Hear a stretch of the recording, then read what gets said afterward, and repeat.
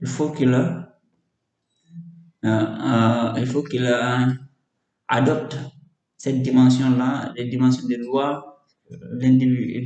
L'ancien adolescent prend conscience des lois, de l'importance des lois, de l'importance de l'ordre, de la discipline, des responsabilités. Il devient responsable, il cherche à être de plus en plus responsable.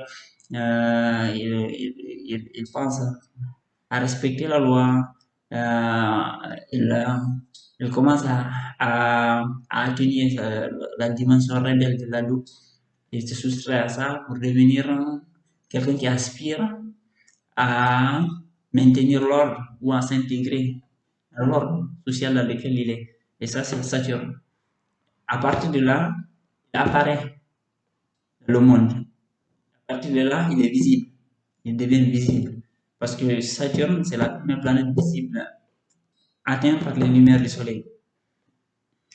Après Saturne, ça s'accélère. Il arrive à Jupiter. Jupiter symbolise le monde social, le monde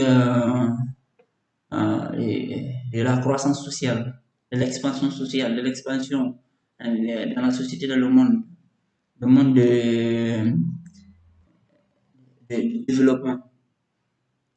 C'est-à-dire que Harry a passé le monde lorsqu'il intègre les lois, l'ordre, la discipline, il, il tend à, à s'élever dans la société, il commence à, à travailler de sorte à avoir un certain pouvoir social, un statut social, à se développer dans la société, et à tenir des postes, à développer des cercles sociaux, des amitiés et tout ça. Donc il devient un individu totalement social. Voilà, il commence à étendre son aide social. Et ça, c'est Twitter. Voilà, et ce qui est aussi en rapport aussi avec la croissance financière, il cherche à se développer dans tous les aspects de la société pour être quelqu'un de vraiment de plus en plus euh, important dans la société, dans le monde, dans son monde. Après Jupiter, il y a le monde de Mars. Le monde de Mars représente le monde de la conquête, le monde de la conquête, de la compétition, de la rivalité, de la lutte. Voilà. Pour être et conquérir des dépassements, de, voilà, être meilleur que autrui ou lutter pour avoir les choses.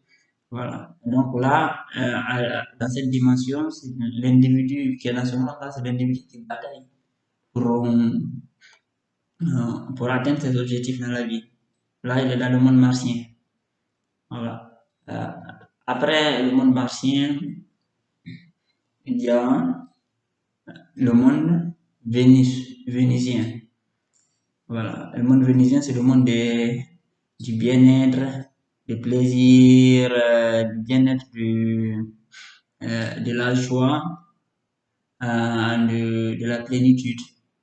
Là, c'est l'individu qui atteint un niveau où il prend conscience que, en fait, l'objectif de la vie, ce n'est plus autant de gagner, mais c'est plutôt de bien vivre. Voilà, c'est-à-dire que l'individu qui était auparavant dans la compétition, qui bataillait corps et âme pour acquérir des choses, voilà, toujours avec l'idée que si je gagne ça, voilà, c'est le but. En fait, il faut que j'ai ça, sinon ça va pas. Arriver dans le monde, dans la dimension du monde vénusien, l'individu perd cette rage martienne. Et il cherche plutôt désormais de bien vivre, la paix, la plénitude, la joie, l'accomplissement. Il entre dans une phase d'accomplissement, voilà, avec lui-même. Il entre en paix avec lui-même.